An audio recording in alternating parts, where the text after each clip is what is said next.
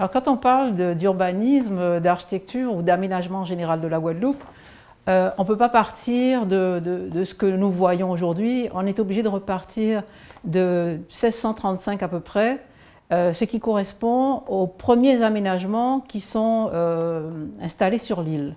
En fait, c'est la Compagnie des îles d'Amérique qui va établir les premiers aménagements en installant les trois piliers, c'est-à-dire l'armée, l'église et les colons. Donc, cette procédure d'aménagement va durer très peu de temps parce que la Compagnie des îles d'Amérique est obligée d'aller s'occuper des territoires à côté parce que la France n'occupe pas que la Guadeloupe, mais elle occupe aussi Saint-Kitts, la Dominique, par épisode et alternance avec les Anglais. Et donc, elle est remplacée très rapidement par la Compagnie des Indes occidentales qui, elle, va s'occuper du développement économique de l'île.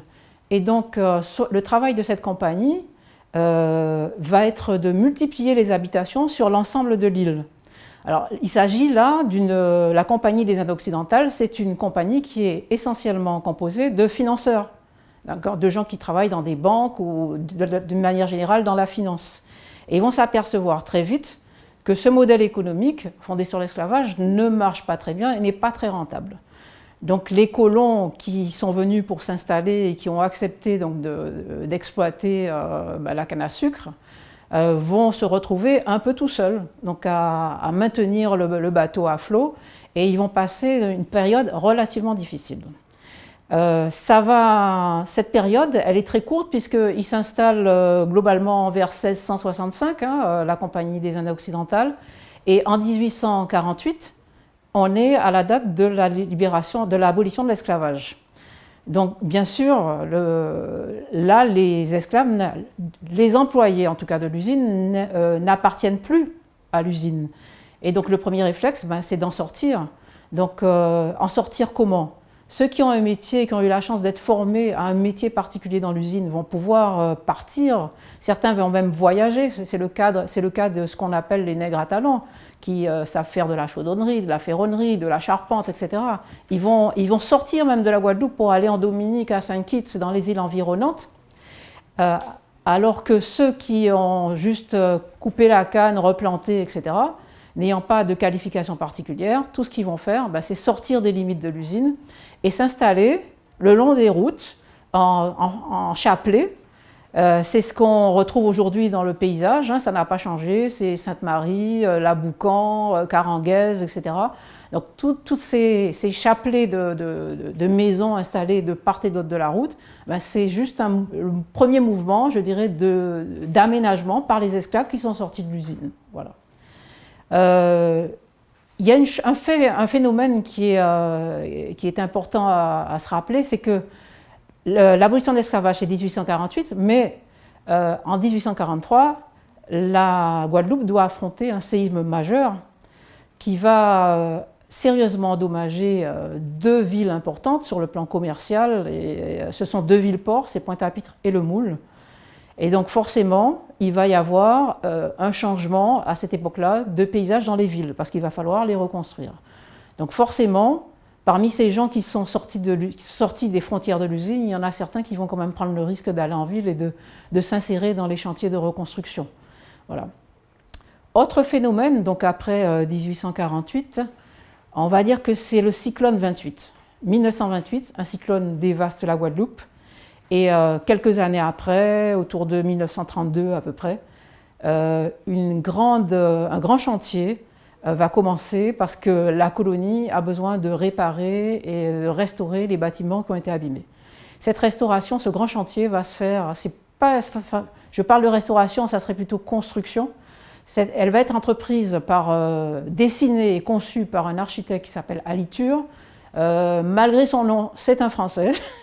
Et bien sûr, pour construire, il va falloir faire venir des entreprises d'ailleurs. Et je dirais que les entreprises qui vont venir, qui sont essentiellement des entreprises italiennes, vous avez entendu parler de Ghisoni, Zanella, etc., ils vont non seulement construire ces bâtiments, mais ils vont aussi être innovants dans les techniques qu'ils vont employer, puisqu'ils vont amener la technique du béton armé.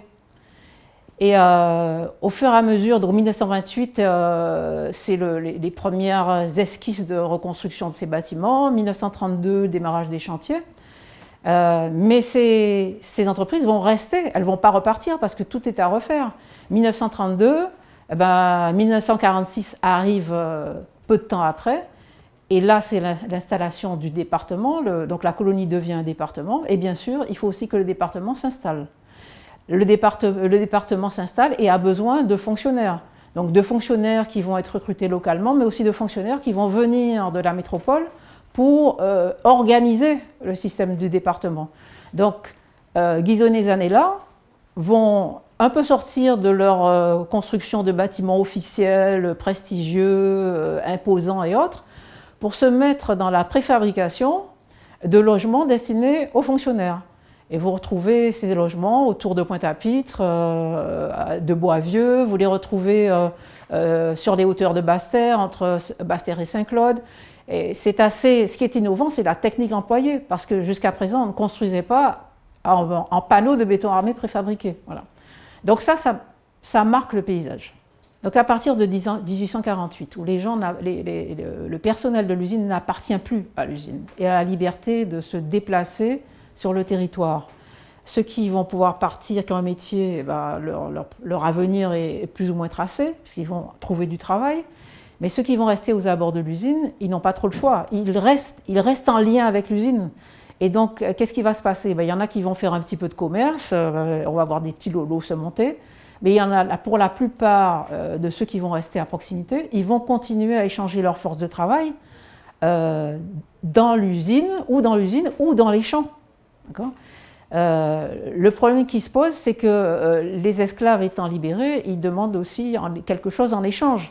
Donc ça va être soit de l'argent, soit des échanges de vivres, mais aussi on va voir apparaître un nouveau modèle économique qui va être, je dirais, ce qu'on appelle le colonnage. Alors ça n'a rien à voir avec le colon dont on a parlé avant, celui qui s'installe dans la colonie, mais le colonnage, c'est une forme particulière de service entre le paysan qui va planter, couper la canne, et l'usinier qui va accepter cette production dans son usine.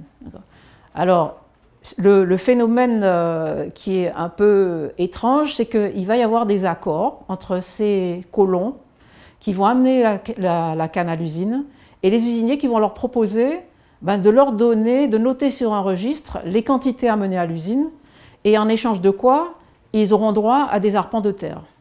Alors ça, je dirais, c'est le côté sombre de cette histoire, parce qu'en fait, il va y avoir... Ces gens qui amènent leurs produits à l'usine ne savent pas forcément lire, écrire, d'accord ? Donc ils vont un peu se faire avoir, ils ne pourront pas vérifier ce qui est inscrit dans les registres, et il y aura de sombres histoires de disparition des registres. Ce qui expliquera des années plus tard les grèves et les luttes importantes qui vont avoir lieu dans l'agriculture. Voilà. Ce modèle économique qui consiste donc à amener de la canne à l'usine, il est intéressant parce que l'usinier d'ailleurs n'a pas l'obligation d'accepter le produit. Parce qu'il existe jusqu'à à peu près 1946, avec la départementalisation, une loi qui autorise les usiniers à accepter ou pas les produits de ces colons. Donc 1946 va vraiment changer la vie des colons parcières.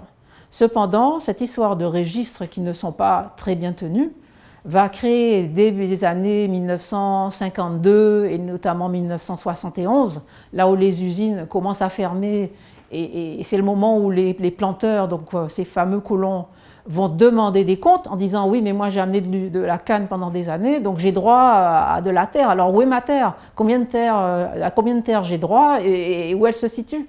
Et c'est là qu'on va avoir donc des occupations de terre. Il y a des gens, tout le monde n'a pas la même force, il y a des gens qui vont prendre d'office un certain nombre de terres, et il y en a d'autres en fait qui n'oseront jamais se servir, parce qu'ils ont tissé des liens, je dirais presque amicaux ou familiaux avec les usiniers.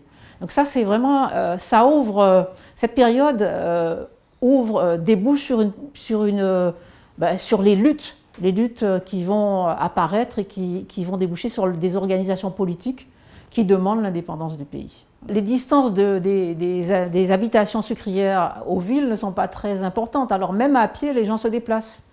Et ceux qui peuvent se rendre dans les villes voient quand même qu'il y a des possibilités de travail, ne serait-ce que sur les quais. Parce qu'à cette époque, les villes sont constituées de quoi? De maisons de ville, de commerce, d'entrepôts de commerce, et les quartiers les plus vivants sont les quartiers du port.